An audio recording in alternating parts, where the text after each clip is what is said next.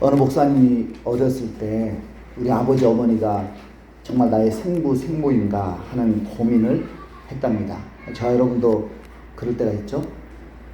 근데 그 목사님의 아들들이 또 커서 똑같이 그런 고민을 하더라는 거예요. 그러면서 정말 엄마 아빠가 나를 낳았어요? 라고 묻더라는 거죠. 그때 사모님께서 한마디 했더니 다시는 질문을 안 하더랍니다. 내가 데려와서 키울 수 있었다면 너같이 못생긴 놈 데려왔겠냐? 잘생기고 똑똑하고 속 안 썩일 놈 골라왔지. 네, 그렇게 말했더니 그 다음부터는 안 묻더래요. 여러분, 하나님께서 저와 여러분을 진리의 말씀으로 낳아주신 줄 믿습니다. 지금 아멘 안 한 분들은 확신이 없어요. 여전히 내가 하나님의 자녀인가? 나 자녀 되었나? 확신이 없는 분들이에요. 네, 그런 분들, 그래서 정말 하나님 낳아줬나 하는 반문하는 분들에게 주님이 말씀하십니다. 내가 데려와서 키울 수 있었다면 너같이 믿음 없는 놈 데려왔겠냐? 여러분, 저와 여러분이 부족하고 믿음 없고 연약하다라고 하는 것이 곧 우리 하나님의 자녀인 증거임을 믿습니다. 여러분, 잘 나가고 성공하고 출세하고 이런 사람들, 하나님이 그런 사람들을 자녀 삼으시는 거예요. 저와 여러분처럼 실패하고 부족하고 연약한 자들을 주님이 자녀 삼으셨죠. 이 진리의 말씀으로 하나님이 나를 낳아 주셨기 때문에 저와 여러분은 진리의 말씀을 듣고 먹을 때 믿음이 날마다 자랄 수가 있게 되는 거예요. 자, 그래서 야고보 사도는 19절에서 듣기는 어떻게 하라? 속히 하라. 그렇게 권면하고 있어요. 듣는데 신속해라. 듣는데 부지런해라. 말씀은 생명을 주는 신령한 젖이고 밥이죠. 그래서 말씀을 듣는 자는 살아나는 거예요. 그 새롭게 하소서의 카자흐스탄에서 선교하는 그 김동건 선교사님 간증을 들었습니다. 이 선교사님이 이제 미국에 사시는데 어느 날 갑자기 다리가 막 크게 심하게 붓기 시작하더라고요. 조금 있으면 줄어들겠지 했는데 여전히 다리가 부은 상태로 이렇게 있는 것입니다. 그래서 병원에 가서 정밀 검사를 했더니 혈액암의 일종인 임파선 암으로 판정을 받았습니다. 그것도 말기, 골수에까지 전이가 되었다는 그 비극적인 소식을 듣고 선교사님은 너무 절망했어요. 그때 선교사님 나이가 49살, 어린 세 자녀를 둔 가장이었어요. 그 비참한 마음을 갖고 집으로 돌아오는데 다리에 힘도 없고 삶에 아무런 의욕도 없더라는 것이죠. 낙심한 마음으로 잠이 들었는데 한밤중에 갑자기 말씀을 읽고 싶은 갈급함이 속에서부터 계속 차오르더라는 거예요. 그러면서 하나님이 자기를 깨우시더라는 거예요.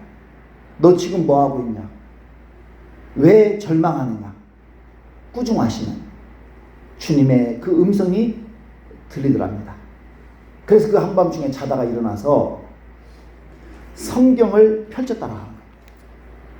그 선교사님이 평상시에 읽고 있던 성경이 시편이었는데 그 시편 110편부터 순서대로 읽기 시작했습니다. 그리고 시편 118편을 읽는데 갑자기 몸에 전율이 오고 마음이 뜨거워지더라는 거예요. 그리고 시편 118편 17절을 읽는데 충격을 받고 그 자리에서 벌떡 일어났다는 것이죠. 그 시편 118편 17절이 뭐냐? 같이 읽어보겠습니다. 내가 죽지 않고 살아서 여호와께서 하시는 일을 선포하리로다. 네가 죽지 않고 살아서, 내가 죽지 않고 살아서. 선교사님이 이 말씀을 읽고 나 죽지 않는구나, 나 사는구나, 그런 확신을 갖게 되었다고 해요. 그리고 8번의 힘든 항암 치료를 받게 되었는데 놀랍게도 예, 완치 판정을 받았다는 거예요. 완치 판정. 그 송교사님은 너무 감사해서 캐나다에 이제 가서 바로 낳자마자 여호와께서 하시는 일을 선포하러 캐나다로 매주 갔습니다. 근데 문제는 4년 만에 암이 재발되었어요. 좀 쉬었어야 되는데 낳자마자 막 또 무리를 하다 보니까 암이 재발을 해가지고 또 항암을 받는데 참 얼마나 낙심이 되겠어요. 그때마다 붙잡은 말씀이 시편 118편 17절. 내가 죽지 않고 살아서 여호와께서 하시는 일을 선포하리로다. 놀랍게도 두 번째 항암도 또 완쾌를 하나님이 시켜주셨어요. 그래서 이번에는 병원 원목으로 지원을 했어요. 그래서 환우들을 돌보고 예배하고 기도해주는 그 일을 하기 시작했습니다. 그런데 또 세 번째 재발이 됐어요. 이번에는 너무 더 크게 재발이 돼서 가슴까지도 다 이 암이 퍼졌다고 해요. 더 이상 치료할 약도 이제 없게 되었습니다. 그런데 그때 하나님이 또 놀라운 일을 하셨어요. 여러분, 임파선 암의 종류가 50가지래요. 50가지. 그런데 약이 많이 개발된 다른 변종 임파선 암으로 바꿔주셨다는 거예요. 그 약이 없는데 암을 바꿔가지고 약이 있는 암으로 바꿔주셨다는 하나님. 그래서 그 병에 딱 맞는 면역 치료제를 찾았어요. 문제는 약값이에요. 약값이 신약이라서 억대래요. 억대. 선교사님이 뭔 돈이 있어요. 여러분, 미국은 여러분, 병원 비싼 거 아시죠? 이 선교사님이 미국 워싱턴에 살고 있었는데, 워싱턴은 극빈자들에게는 모든 게 무료래요. 병원. 이 미국에서 가장 이 의료가 잘 되어 있는 곳이 워싱턴이라고 합니다. 그 선교사님 지금까지 다 공짜로 받은 거예요. 근데 이건 신약이고, 그런데 놀랍게도 그 의사분이 보험사와 막 싸워가지고, 이분은 꼭 치료를 해줘야 합니다. 꼭 치료를 해줘야 됩니다. 싸워서 그 억대나 되는 걸 무상으로, 공짜로 치료를 받게 해주셨다. 그래서 이분이 또다시 완치 판정을 받았다. 송교사님은 투병생활 10년 동안 시편 118편 17절 말씀만 붙잡았다. 두 번이나 재발하고 그 목숨의 위기를 겪었음에도 불구하고 그럴 때마다 이 말씀을 붙잡았더니 이 말씀이 나를 살리더라는 말씀. 여러분, 말씀을 들어야 말씀이 나를 살리는 줄 믿습니다. 그런데 우리는 하나님 말씀보다 세상 소리를 듣는 일에 더 신속할 때가 많아요. 아침에 일어나자마자 TV를 켜서 하루 종일 TV 켜놓는 분들 여기 안 계시죠? 그런 분들이 계셔요. 그리고 TV를 보다가 잠이 들어요. 드라마, 예능, 뉴스, 트로트 보고 또 보고 보고 또 보고. 여러분, 그렇게 많이 봐봐야 그 TV가 나를 살리지 못해요. 유튜브를 실컷 보고 들어도 남는 건 충혈된 눈과 잡동사니 정보밖에 더 있습니까? 그 유튜브가 나를 살립니까? 못 살려요. 어떤 분들은 이 친구 저 친구 만나서 친구들 소리 듣는 일에 신속하죠. 수다 떨면 재밌어요. 근데 여러분, 끝나면 더 큰 외로움이 찾아오고, 수다는 많이 떨었지만 남는 건 없어. 해결된 건 하나도 없어. 여러분, TV 소리, 유튜브 소리, 친구들 수다 듣지 말고 하나님 말씀을 들어야 되는 거예요. 성경을 펴서 말씀을 읽고 그 말씀 가운데서 하나님 내게 무슨 말씀을 하시나 들어야 되는 거예요. 설교자를 통해서 하나님이 내게 무슨 말씀을 하시나 들어야 되는 것이죠. 그럴 때 그 말씀이 나를 위로해주고, 때로는 용기를 북돋아주고, 때로는 소망을 주고, 꿈이 없는 사람들에겐 꿈을 주고, 병든 자는 고쳐주고, 이게 바로 말씀의 능력이다 이 말이죠. 이런 말씀을 잘 들으시기 바랍니다. 제가 어릴 적 부모님이 농사 짓는 것을 보면은 봄이 되었다고 무조건 밭에 가서 씨를 뿌리는 농부는 없더라고요. 우리 부모님도 먼저 준비 작업을 하셨어요. 밭에 자라난, 겨우내 자라난 잡초와 가시덤불을 다 뽑아 제거하셨습니다. 밭에 굴러다니는 돌들, 쓰레기들을 다 치우셨어요. 그리고 쟁기로 굳은 땅을 갈아 엎으셨습니다. 단단하게 뭉친 흙덩이들은 갱이로 일일이 다 깨셨어요. 그렇게 흙을 부드럽고 평평하게 만든 다음에 그제야 거기에 씨를 뿌리더라고요. 네. 그러면 씨가 깊이 뿌리를 내리고 튼튼하게 자라서 많은 수확을 맺게 되는 것을 봤습니다. 근데 여러분, 이런 준비 작업 없이 봄이 됐으니까 무조건 가서 씨를 뿌리면 어떻게 되겠어요? 대부분의 씨는 다 죽어버려요. 뿌리조차 못 내립니다. 예. 겨우 뿌리 내린 작물은 가끔 있어요. 자라도 튼튼하게 자라지 않고 줄기가 아주 가늘고 약해. 열매도 몇 개 안 달립니다. 그래서 씨를 뿌리기 전에 얼마나 사전 작업을 하느냐가 수확량을 결정하는 거예요. 예수님께서 마태복음 13장에서 말씀은 마음밭에 뿌려진 씨앗이라고 말씀을 하셨어요. 저와 여러분이 말씀을 들을 때 그 말씀의 씨앗이 저와 여러분의 마음밭에 지금도 뿌려지고 있는 거예요. 오늘 이 시간도 뿌려지고 있는 거예요. 어떤 분은 이 말씀의 씨앗이 자라서 풍성한 열매를 맺습니다. 신앙이 성장하고 삶이 달라지고 또 주님을 위해서 헌신하는 일꾼으로 자라가게 되죠. 그런데 어떤 분들은 아무리 말씀을 잘해도 신앙이 안 자라요. 말씀을 들어도 삶이 안 바뀌어요. 헌신하고 충성하는 일꾼이 되지 못하고 섬김을 받아야만 하는 자리에 머물러 있어요.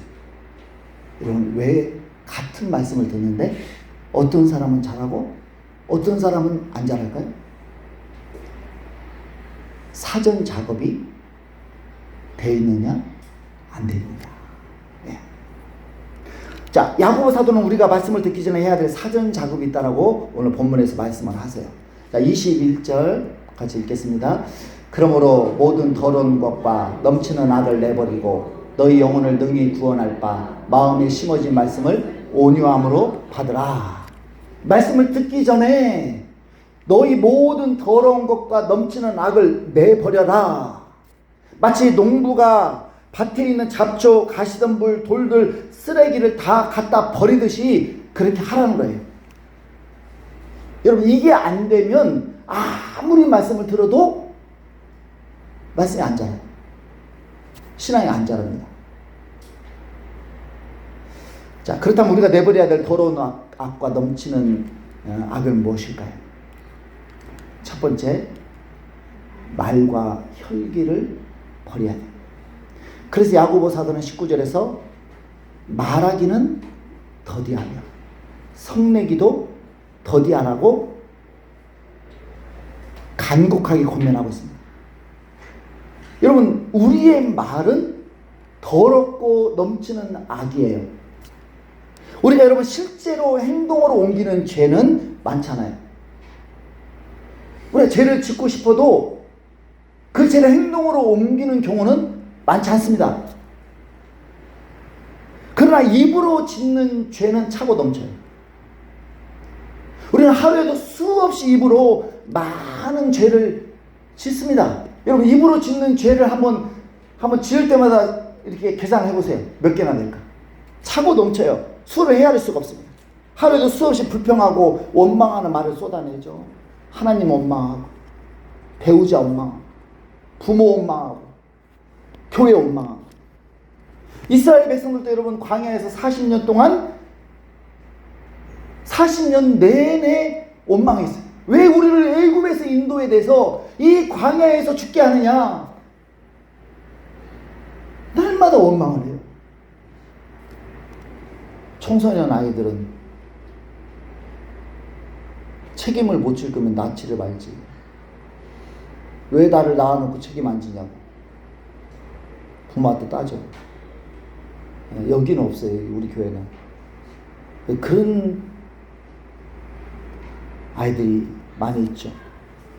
부모들은 썩을 놈, 죽일 놈, 빌어먹을 놈 하면서 자녀들에게 얼마나 막 말로 자녀들에게 상처를 주는지 몰라요. 여자들은 두 사람만 만나면 남을 험담하고, 남자들은 두 사람만 만나면 음란하고 상스러운 농담들을 해요. 참 70, 80이 돼도 남자들은 만나면 음란한 이야기를 하시더라고요. 80이 넘어도 그래요. 그래서 참 남자들은 구제불능이구나. 저도 남자지만 그런 생각을 해봤어요. 여러분, 남을 헛되는 말, 음란하고 저속한 농담 하시면 안 되는 거죠. 여러분, 기도해도 안 된다, 믿어도 소용없다, 주님 안 도와주신다, 이 불신의 말들이요, 우리 주님께는 굉장히 상처를 주는 말이에요. 여러분, 우리는 아무렇지 않게 내뱉는데 그게 굉장히 무서운 악입니다. 그런 말 함부로, 불신의 말들 여러분 하시면 안 되는 거예요. 우리가 혈기 부리며 아무 말이나 내뱉을 때, 경상도 말로 씨 부릴 때, 여러분, 씨 부린다는 말이 씨를 뿌린다는 말이에요. 우리가 입에서 말이 나오면 그 말은 씨가 돼서 뿌려지는 거예요. 그래서 우리 마음밭에 잡초로 자라고 가시덤불로 자라서 말씀이 성장하지 못하게 막는다라고 하는 것입니다. 말이 많은 곳에 악이 넘친다. 우리 한번 따라서 하십시다. 말이 많은 곳에 악이 넘친다. 어떻게 해야 되겠어요? 말을 적게 하셔야 돼요. 여러분, 말을 적게 하셔야 돼요. 잔소리를 줄이시기를 축원합니다. 예, 저도 그냥 한 5마디도 안 했는데, 아빠 잔소리 하지 마! 그래가지고, 야, 나 5마디도 안 했는데. 하여튼 뭐, 입만 벌리려고 하면 벌써 잔소리 하지 마! 그래서 제가 입을 딱 닫아요. 애들이 잔소리를 싫어해, 진짜. 진짜 싫어해. 몇 마디도 안 들으려고 해요. 여러분, 잔소리 하시면 말을 좀 적게 하세요. 좀. 입만 벌리면 그냥 입을 다물 줄 몰라요. 특히 여러분, 어른들, 연세 들수록 말이 많아지는데 말을 줄이셔야 돼요. 여러분, 혈기를 부리지 마셔야 돼요. 말을 해도 신중하게 하셔야 돼요. 이런 노력 없이 내 신앙이 성장할 수 없다는 거예요. 왜냐? 내가 하는 말이 내 마음에 가시덤불로 자라고 또 잡초로 자라서 성장을 방해한다는 말이죠.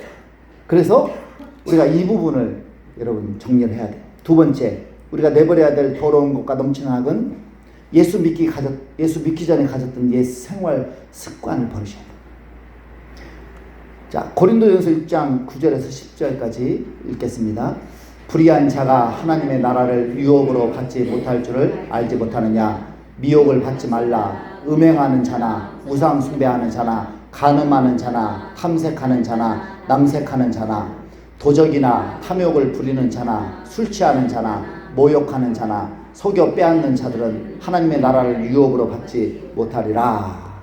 사도 바울은 우리가 예수 믿기 전 가졌던 옛 생활 습관을 내버리지 않으면 하나님 나라를 유업으로 받지 못한다라고 경고를 합니다. 다시 말하면 천국 못 간다. 천국 못 가요, 여러분. 그 사도 바울은 먼저 음행의 습관을 버려라. 간음, 동성애, 혼전 성관계, 안마 시술소 출입 버리라는 거예요, 여러분. 이거 안 버리면 지옥 간다. 천국 못 간다라고 경고를 하고 있어요. 두 번째, 우상 숭배 습관을 버려라. 제사 지내면 안 되고 무당 찾아가면 안 되고 무슨 명태 같은 거 매달아놓고 미신 숭배하는 사람 지옥 간다고 경고하고 있어요. 버려야 돼요. 우상 숭배. 셋째, 도적이나 탐욕을 버려야 한다. 남의 것을 탐내는 거, 일확천금을 노리는 욕심, 이거 버려야 한다. 네 번째, 술을 끊어야 한다. 술 취한 자는 천국에 들어갈 수 없다. 왜냐? 술 먹고 저지르는 죄가 너무나도 많기 때문이라는 거예요. 다섯 번째, 다른 사람 험담하고 중상모략하고 이간질하는 습관, 이거 버리라. 여섯 번째, 사기치면 안 된다. 다른 사람 속이고 거짓말해서 이익을 얻으려고 하는 이 못된 습관 버리라고 말씀하고 있어요. 여러분, 이것들, 이 옛 생활 습관 버리셔야 돼요. 이거 그대로 가지고 있잖아요. 예수 믿어도 구원 못 받아요. 천국 못 가요. 왜냐? 이 죄 때문에 못 가는 거예요. 이 죄 때문에. 우리가 예수를 믿는 이유가 뭐냐? 이 죄를 지어도 천국 가기 위해서 믿는 게 아니라 이 죄 때문에 천국 못 가니까 이 죄를 용서받으려고 예수 믿는 거예요. 이 죄를 끊으려고 예수 믿는 거예요. 여러분. 네. 이 죄 때문에 오늘 내가 망하고 가정이 망하고 우리 자녀들이 상처받고 우리 사회가 망가뜨려지고 있지 않습니까? 그러니까 성경이 끊으라고 하는 것은 다 나쁜 것들이에요. 좋은 걸 끊으라고 얘기하잖아요. 저와 여러분이 지금 당장 끊어야 될 게 뭡니까? 여러분 각자에게 대답을 한번 해보시면 좋겠어요. 자, 21절 다시 한번 읽겠습니다. 그러므로 모든 더러운 것과 넘치는 악을 내버리고 너희 영혼을 능히 구원할 바 마음에 심어진 말씀을 온유함으로 받으라. 자, 이렇게 먼저 사전 작업, 하나님의 말씀이 내 마음밭에 자라기에 합당하지 않은 것들을, 방해하는 것들을 다 제거한 다음에 그 다음에 말씀을 받으라. 너희 영혼을 능히 구원할 바 마음에 심어진 말씀. 여러분, 말씀이 내 영혼을 구원하는 거예요. 내가 끊을 수 없는 죄, 내가 끊을 수 없는 중독에서 말씀이 나를 구원하는 거예요. 내 지금 인생의 힘든 것들, 절망스러운 것들, 고통스러운 것들, 괴로운 것들, 말씀이 거기에서 나를 끌어내주시는 거예요. 아까 선교사님도 그 암이라고 하는 무서운 병에서 말씀이 끊임없이 그를 살려내지 않습니까? 하나님의 말씀은 구원하는 능력이 있는 거예요. 여러분, 절망한 영혼들이 하나님의 말씀을 들으면 그 절망 가운데서 일어나게 되는 거예요. 꿈이 없는 자들이 하나님의 말씀 들으면 꿈이 생기고, 문제 속에 파묻혀서 고통당하는 영혼들이 하나님의 말씀을 들으면 문제가 해결되는 역사들이, 이런 구원의 역사들이 일어나니까 여러분, 로또 당첨돼서 대박 나는 게 아니라 하나님 말씀을 잘 들으면 여러분 인생이 대박 나는 거예요. 좋아요. 여러분 인생이 대박 나는 거예요. 그러므로 말씀을 온유함으로 받으라고 말씀하고 있어요. 자, 온유가 뭘까? 온유의 국어사전적 의미는 마음이 부드럽고 행동이 친절한 것. 이게 이제 우리가 흔히 온유죠. 마음이 부드럽고 행동이 친절한 것. 그러나 성경이 말하는 온유는 그런 의미도 있지만 이 야생말이 있잖아요.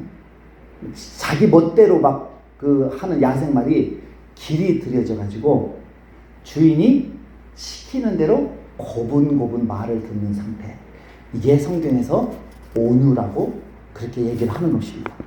그러므로 말씀을 온유함으로 받으라고 하는 것은 말씀을 겸손하게 받으라.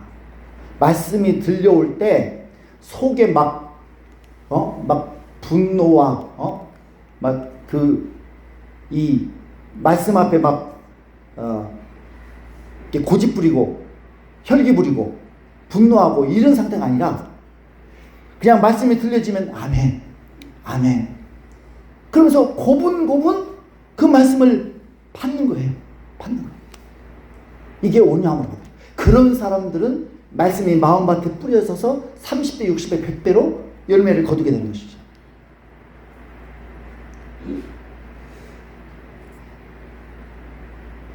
어떤 분들은 내 죄를 지적하는 불편한 말씀을 들으면 못 들은 척. 자꾸 딴 데 바라봐.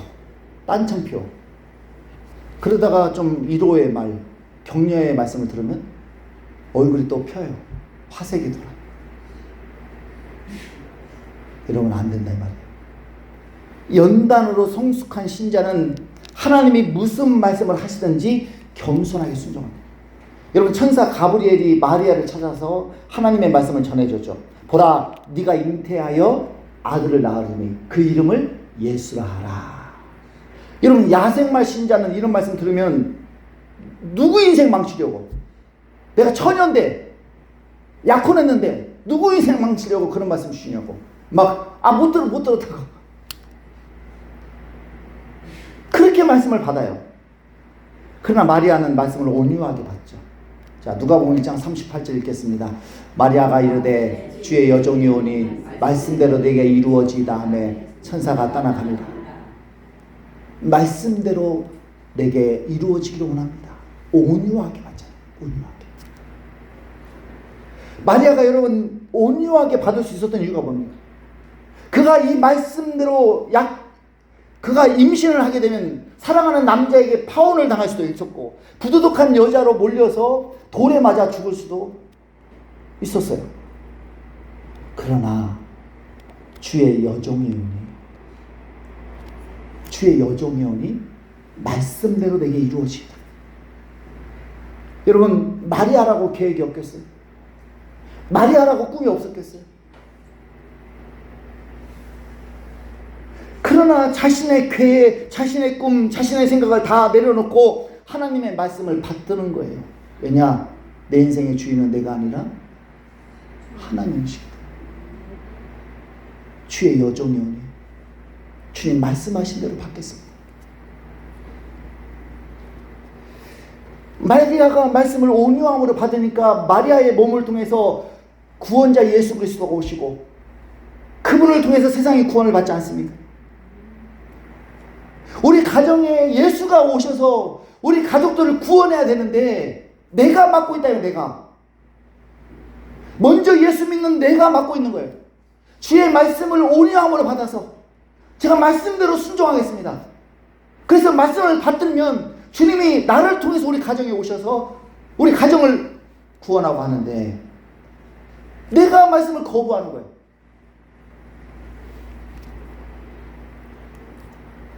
여전히 내 생각대로, 내 고집대로. 그 예수님이 못 오시는 것이죠. 저와 여러분은 야생말입니까? 온유한 신자입니까? 말씀을 들을 때 거칠게 받습니까? 온유하게 받습니까? 자, 22절 있습니다. 너희는 말씀을 행하는 자가 되고 듣기만 하여 자신을 속이는 자가 되지 말라. 말씀을 듣는, 지금 말씀 잘 들으시나요? 여기 말씀을 잘 듣는 성도들 중에 두 부류가 있다. 말씀을 듣고 행하는 자와 말씀을 듣기만 하고 행하지 않는 자. 말씀을 듣기만 하는 사람은 자신을 속이는 자라고 경고하고 있어요. 어떻게 속입니까? 말씀 듣는 것을 순종한 것으로 착각하는 것이죠. 그래서 우리는 어떻게 생각하냐면, 나 오늘 예배 시간에 정말 나 딴짓 안 하고 말씀 잘 들었어. 자, 근데 그걸 어떻게 여기냐면, 나 말씀 잘 들었으니까 말씀에 순종한 거야. 이렇게 생각을 한다. 이렇게.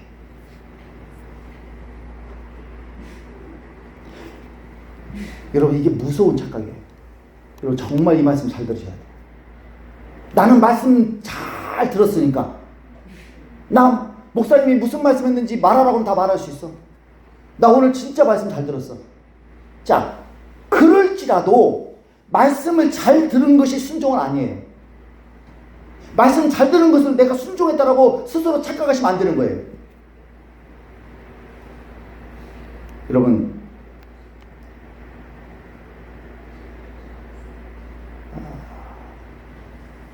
자, 우리는 나는 말씀을 잘 들었으니까 구원받았어.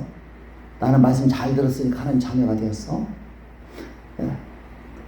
나는 말씀 잘 들었으니까 천국 가. 이렇게 생각을 한다는 거예요. 근데 이게 바로 스스로 자기를 속이는 거래요. 착각하고 있는 거예요. 착각하고. 자, 왜냐? 제가 한번 보여드릴게요. 자, 마태복음 7장 21절 같이 읽겠습니다. 나더러 주여 주여 하는 자마다 천국의 것이 아니요 다만 하늘에 계신 내 아버지의 뜻대로 행하는 자라야 들어가리라. 자, 천국 누가 들어가요? 내 아버지의 뜻대로 행하는 자, 순종하는 자가 들어가. 그러니까 말씀만 듣고 순종 안 하잖아요. 천국 못 가요. 근데 본인은 나 말씀 잘 들었으니까 천국 갈 거야. 착각하고 있다. 행함이 없으면 못 갑니다. 자, 또 볼까요? 로마서 2장 13절 있습니다. 하나님 앞에서는 율법을 듣는 자가 의인이 아니요 오직 율법을 행하는 자라야 의롭다 하심을 얻으리니.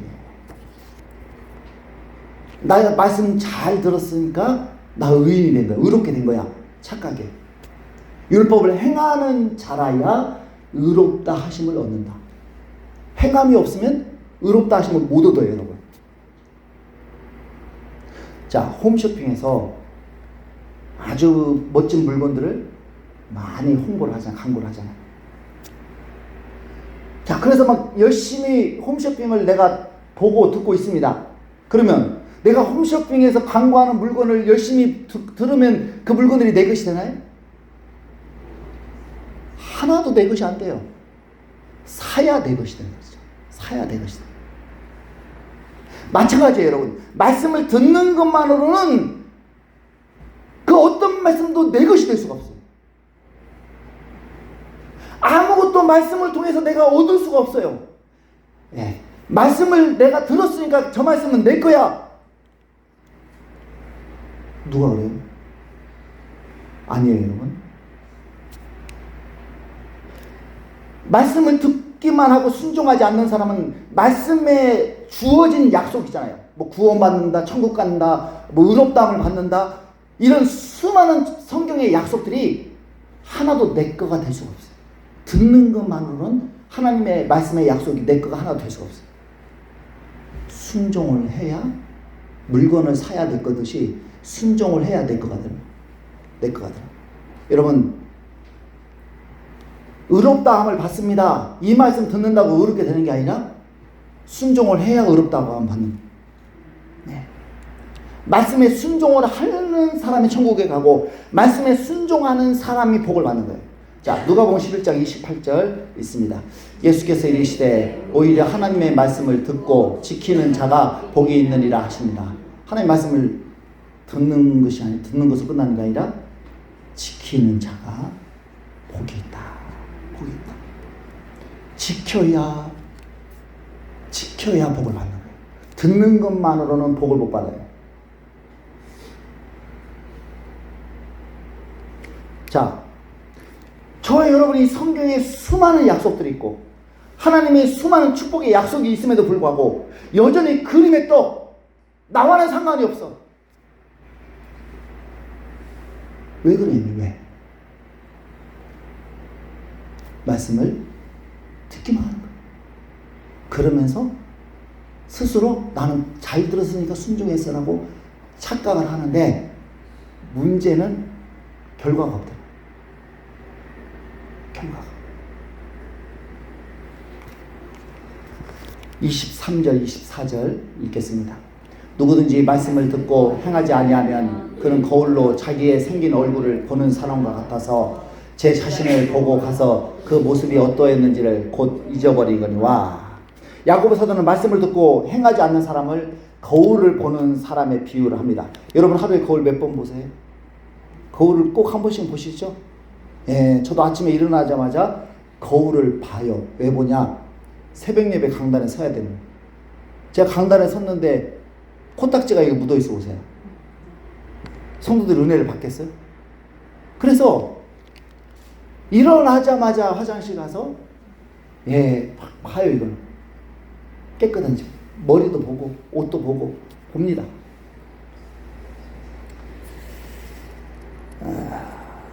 그런데 여러분 이런 사람이 있다고 한번 생각해 보세요. 거울을 봤는데 이빨 여기저기에 막 고춧가루가 끼어 있어요. 오른쪽 볼에는 먹다 남은 이 큰 밥풀이 묻어 있습니다. 코 속에는 누런 코가 막 엘리베이터처럼 왔다 갔다. 머리는 폭탄 맞은 사람처럼 사방으로 뻗어 있어. 깜짝 놀라가지고 내 모습이 이렇단 말이야? 빨리 고쳐야 되겠다. 빨리. 누가 보기 전에 빨리 고쳐야 되겠다. 그렇게 생각을 했는데 그렇게 생각을 했는데 1초 만에 잊어버렸어요. 그 생각을.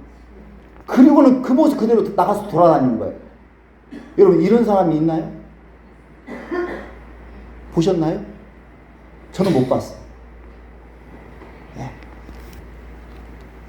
만약 이런 사람이 있다면 그는 정말 미련하고 어리석은 자, 그는 부모를 욕먹이는 자, 부모를 근심시키는 자.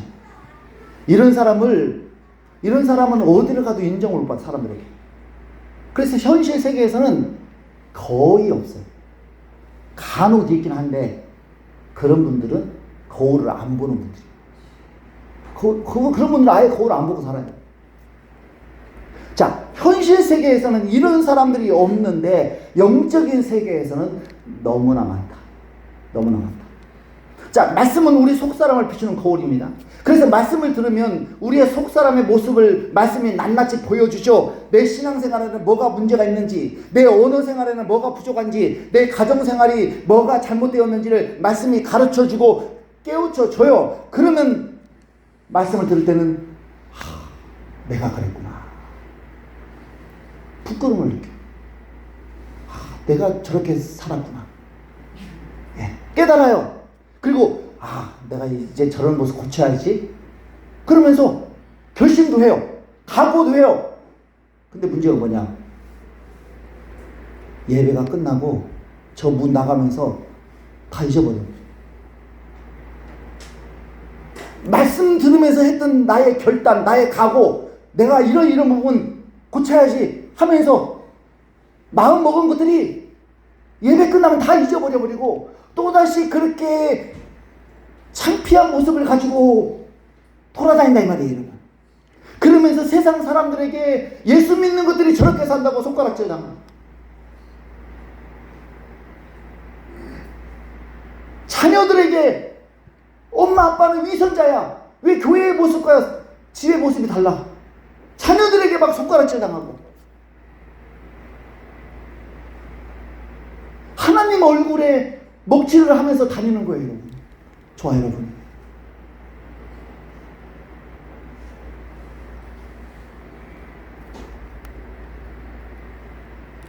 마지막으로 25절 읽겠습니다.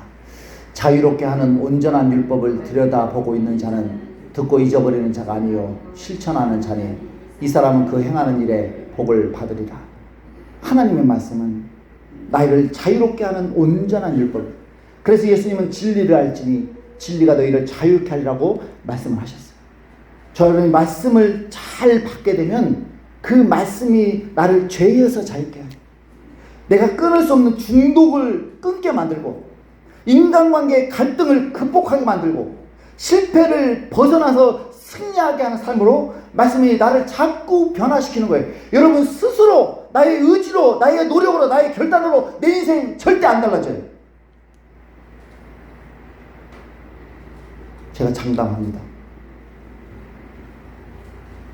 여러분만의 결단, 각오, 노력만으로 인생 그렇게 만만하지 않아요. 안 바뀌어요 여러분. 작심삼일이란 말이 괜히 나오는 게 아니에요. 그만큼 어려운 거예요. 근데 내가 할 수 없는 일을 말씀은 바꿔요. 나를 바꿔요. 내 성품도 바꾸고 내 언어도 바꿔주고 말씀이 내 가정도 변화시키고 말씀이 다 일을 하는 거예요. 왜냐? 여러분 사과는 내가 만들 필요가 없어요. 사과 나무 심으면 사과 열매 맺히는 거예요. 나는 따먹으면 되는 거예요. 그래 안 그래요? 내가 굳이 사과를 만들어서 먹어야 돼요?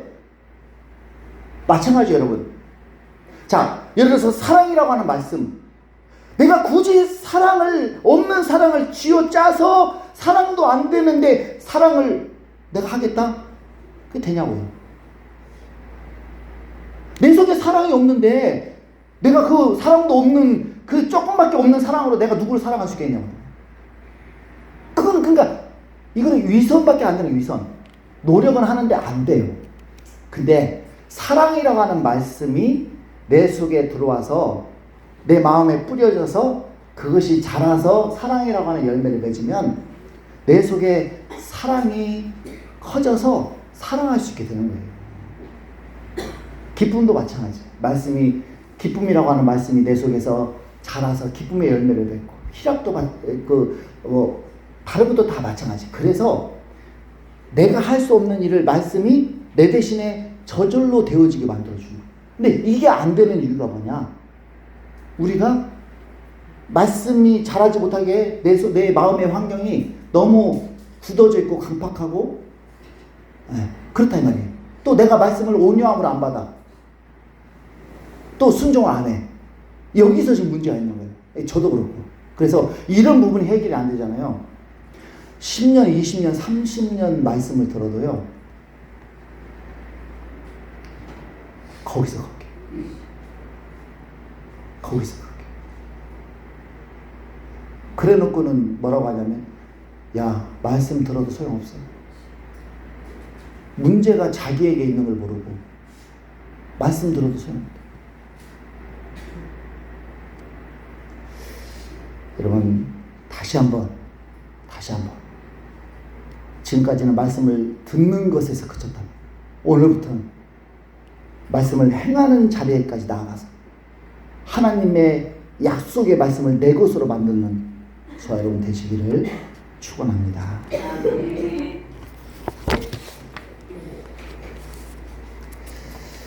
네, 찬송가 449장 우리 부르시고 준비한 예물 올려드리시겠습니다.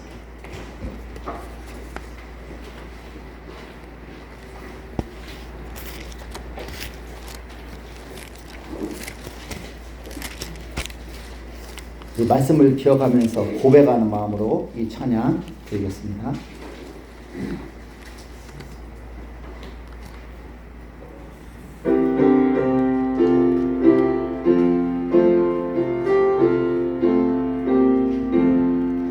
예수 따라가며 복음 순종하며 우리 행할 길 완하겠네. 주를 의지하며 순종하는 자를 주가 늘 함께 하시리라. 의지하고 순종하는 길은 예수 안에 즐겁고 복된 길이로다. 해를 당하거나 우리 고생할 때 주가 위로해 주시겠네.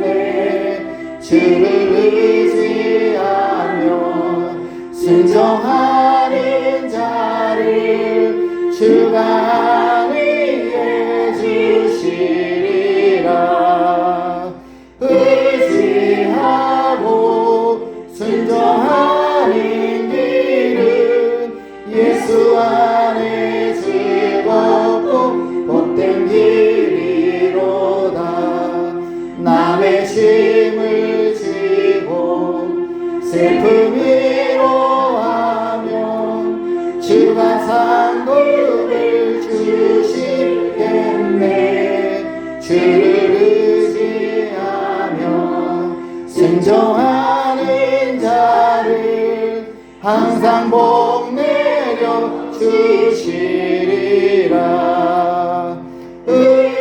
의지하고 순종하는 길은 예수 안에 즐겁고 복된 길이로다.